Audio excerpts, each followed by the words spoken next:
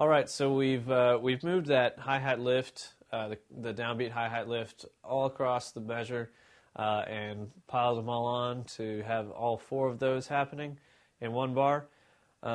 So what I just kind of want to point out is we just did that beat that has the four lifts and the 1 and 3 in the kick.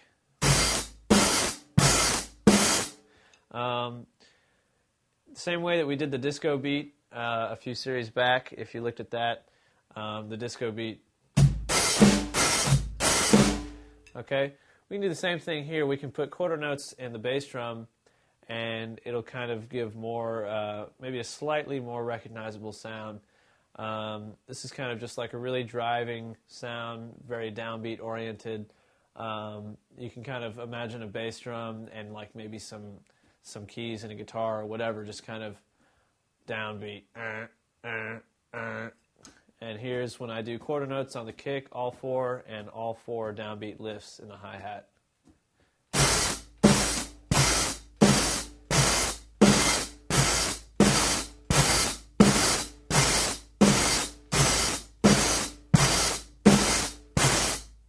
Okay, so this is just another, another point that I'm just trying to make. You're that close to having a very recognizable beat in your pattern, in your palette.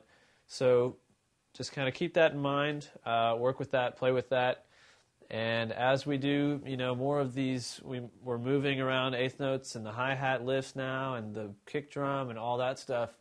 You really have the tools at this point to start kind of really coming up with some cool stuff on your own. Work with those eighth notes in the kick drum, do some of the lifts every once and again.